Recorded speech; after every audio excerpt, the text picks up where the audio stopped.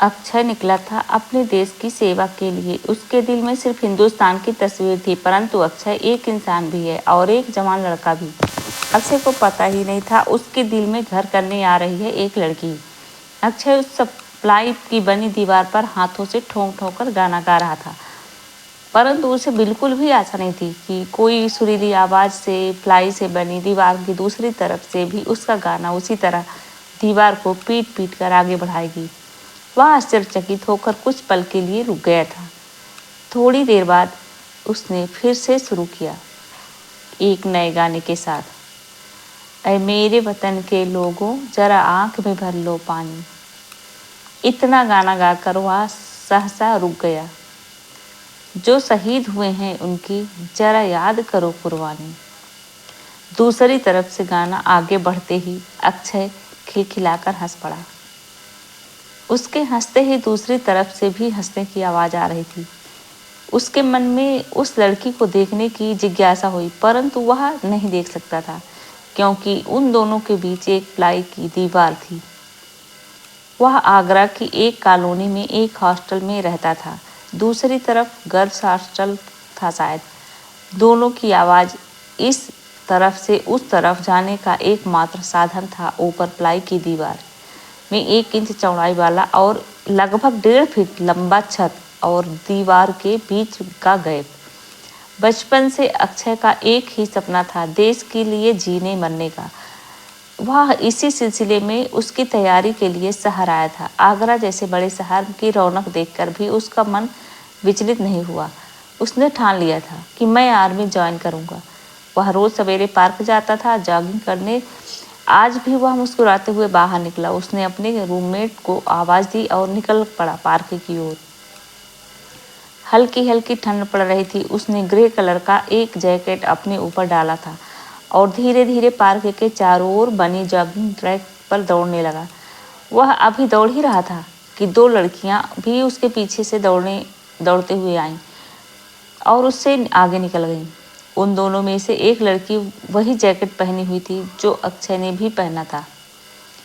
अक्षय इस पर ध्यान न देते हुए अपनी गति से आंखें नीचे किए हुए दौड़ता रहा। उसी समय वे दोनों लड़कियां वापस मुड़कर आईं। अक्षय कुछ सोचता हुआ दौड़ता रहा और तभी अक्षय का कंधा उस लड़की के कंधे से टकरा गया। अक्षय ने सिर उठाकर देखा तो एक सुंदर नए नक्श वाली लड़की उसके सामने खड़ी थी। पहली बार उसने ऐसी सुंदर लड़की देखी थी। वह उसके चेहरे की ओर ही देखता रहा। बड़ी बड़ी आंखें और उसमें भूरे रंग की पुतली घुमाकर पलकों के बाल, गोरा सा गोल चेहरा, तीखी नाक और रस से भरी हुए उसके होंठ देखकर उसके प्रेम अंदर वासना जागने लगी थी। परंतु उसका यह सपना नहीं था। उसका सपना उसे अपने कर्तव्य पथ पर हटने नहीं देना चाहता था। वह उससे क्षमा मांगकर आगे बढ़ जाना चाहता था। तभी उसके पास वाली लड़की ने उसे चिल्लाना चालू किया, देख के नहीं चल सकती क्या? मैं तुम जैसे लोगों को अच्छी तरह जानती हूँ। तुम जैसे लोग लड़की को छूने के लिए ऐसा करते हो। यह कहकर वह अपनी सहेली के कंधे को सहलाने लगी। आज अक्षय ने घबराते हुए कहा, नहीं दीदी, ऐसा नहीं है। एक्चुअली मेरा ध्यान कहीं और था, सो मैं टकरा गया, सॉरी। अबे सॉरी तो ठीक है, पर यह दीदी किसको बोल रहा है तू? भाई बहन का रिश्ता बहुत बहुत पवित्र होता है। मेरा भाई तेरे जैसा छिछोरा नहीं है। चल जा यहाँ से, सारा मूड ऑफ कर दिया। यह बोलकर वे दोनों लड़कियां वहां से निकल गई। अक्षय भी थोड़ा सा डर गया था। उसे पता था कि वे दोनों लड़कियां किसी बड़े घर की बेटियां हैं, तभी तो इतना रौब दिखाकर चली गई।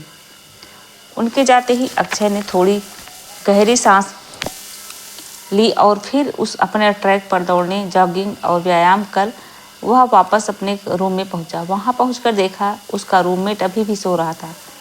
उसने अपना सर पीट लिया और रूममेट को 2 गालियां देता हुआ नहाने चला गया। 9 बज चुके थे और उसे अपनी जनरल नॉलेज वाली क्लास भी अटेंड करने जाना था। उसकी आज परीक्षा भी थी, परंतु अभी तक टिफिन वाला टिफिन लेकर नहीं आया था। वह उसका इंतजार करते बिस्तर पर तकिए का गला दबाए बैठा रहा। वह कुछ यूं ही गुनगुनाने लगा, हर कर्म अपना आप करेंगे, यह वतन तेरे लिए। उसके आधा गाते ही उस ओर से फिर से वही सुरीली आवाज आई, दिया दिल दिया है जा भी देंगे ऐ अक्षय तेरे लिए। अक्षय हंस पड़ा।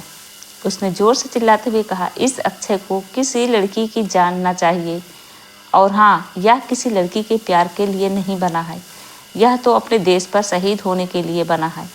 आप किसी और अक्षय से इश्क लड़ाइए। तब तक उसका टिफिन वाला वहां आ पहुंच चुका था। उसने टिफिन वाले को देर से आने की वजह से अच्छा खासा डांटा और उससे टिफिन लेकर खाने बैठ गया। अक्षय का रूममेट अब तक बिस्तर पर मगरमच्छ की तरह पड़ा था। आधी आंखें खोलकर अक्षय ने उसे देखकर कहा, तू साले मगरमच्छ की तरह पड़े रहा। यहाँ यह टिफिन वाला फिर से आलू की सब्जी दे गया। गधा कहीं का।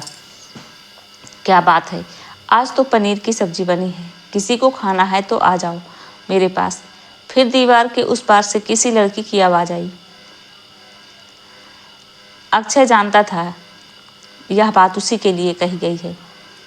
अक्षय ने भी उसका उत्तर अलग तरह से दिया।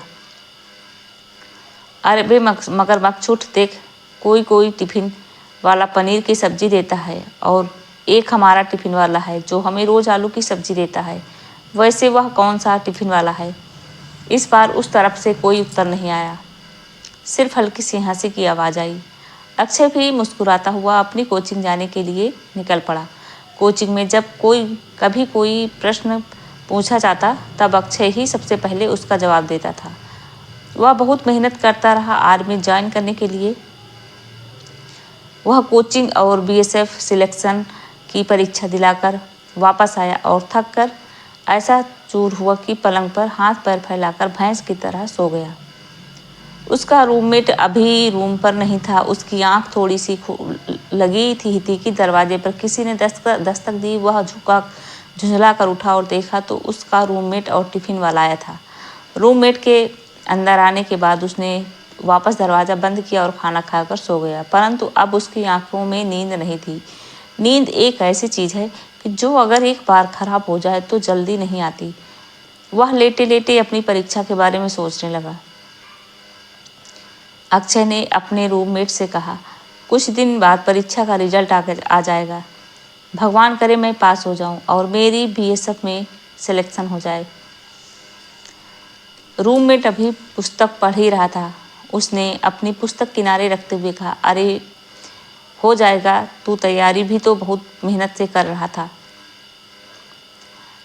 कुछ दिनों बाद परीक्षा का रिजल्ट आ गया। उसमें अक्षय का सिलेक्शन हो चुका था। उस दिन अक्षय बहुत खुश था। वह रात भर अपने सपने को हकीकत में बदलते देखकर अपने हकीकत के सपने में खोया था। आज वह इतना खुश था कि सब भूलकर वह फिर गाने लगा। मेरा मुल्क, मेरा देश, मेरा ये वतन, शांति का, उन्नति का, प्यार का चमन, तुम्हारे वास्ते निसार है मेरा तन मेरा मन। उधर से फिर से वही सुरीली आवाज आई। अक्षय ने इस बार कह दिया, तुम सिर्फ गाना ही जानती हो क्या? कभी बात तो नहीं की हमसे?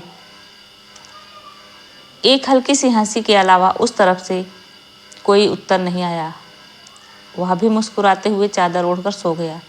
धीरे धीरे ठंड पड़ने लगी। वह वैसे तो रोज सुबह जल्दी उठकर व्यायाम करता था, परंतु अब उसने तैयारी और ज़्यादा शुरू कर दिया। कुछ दिनों में उसका फिजिकल टेस्ट जो होना था। फिजिकल टेस्ट वाले दिन वह सुबह 6 बजे उठकर जॉगिंग के लिए निकलने लगा। उसने अपने रूममेट को रोज की तरह फिर आवाज़ दी, अबे आज तो चल, कितने दिनों से तूने मेरे साथ जॉगिंग नहीं की। मैं जा रहा हूँ, तू आ जाना। मेरा फिजिकल टेस्ट है, उसमें भी सिलेक्शन हो गया तो मेडिकल तो निकल ही जाएगा और फिर मेरा सपना साकार हो जाएगा। अब उठ जा, मैं जा रहा हूँ। वह यह कहता हुआ वहाँ से निकल गया। आज वह बहुत खुश था। उसके चेहरे पर खुशी साफ झलक रही थी। वह जॉगिंग ट्रैक पर दौड़ता रहा,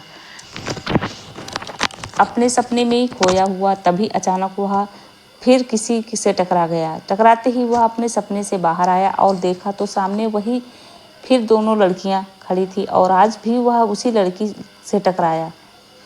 वह आज भी उसके मैचिंग वाला जैकेट पहनी हुई थी। वह उसे सारी बोलने वाला था, परंतु लड़की उस पहले ही उसने पहले उसकी सहेली की तरफ देखा कि वह कुछ बोलने वाली है या नहीं, परंतु वे दोनों ने उसे कुछ नहीं बोला, सिर्फ खा जाने वाली नज़र से देखते रहे।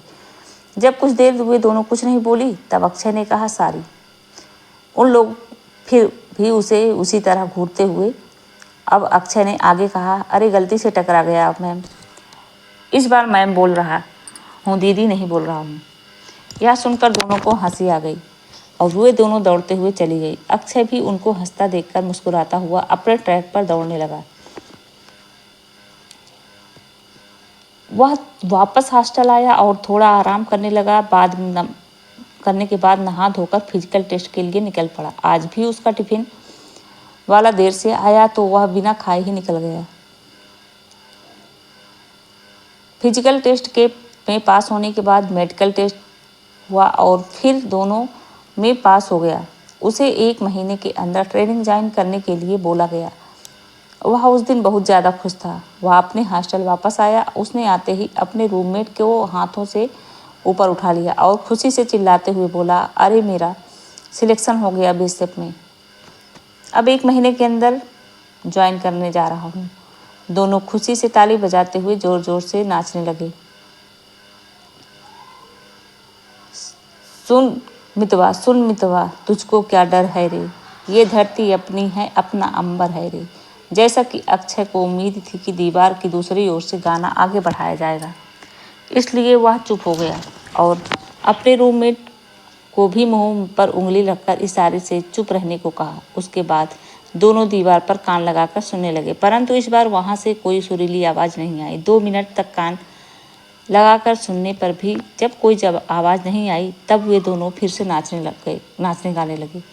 अगले दिन सुबह वह फिर से जॉगिंग के लिए निकला, परंतु इस बार वह रूममेट को ज़बरदस्ती उठाते हुए कहा, यार आज तो साथ चल ले, अब कुछ दिन का ही मेहमान हूँ मैं यहाँ पर, फिर तो पता नहीं कभी ज़िंदगी में मिलना होगा या नहीं।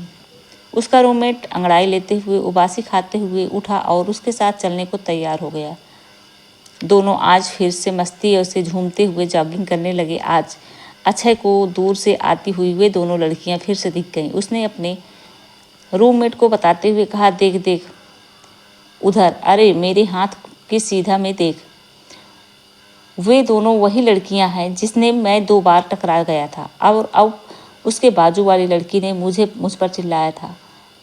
वाव यार, तेरी क्या किस्मत है यार, इतनी सुंदर लड़की से तू टकराया, काश मैं टकराया होता, मेरी तो लाइफ ही बदल जाती। उसके रूममेट ने कहा, अरे चुप कर, वे दोनों दिखती नहीं तुझे, कितनी राइस हैं। वह तो मैं था सीधा सा आदमी, इसलिए मुझे उसने सिर्फ डांटा, परंतु तुझे तो अपने पैरागान चप्पल से पीटती। अच्छे ने कहा।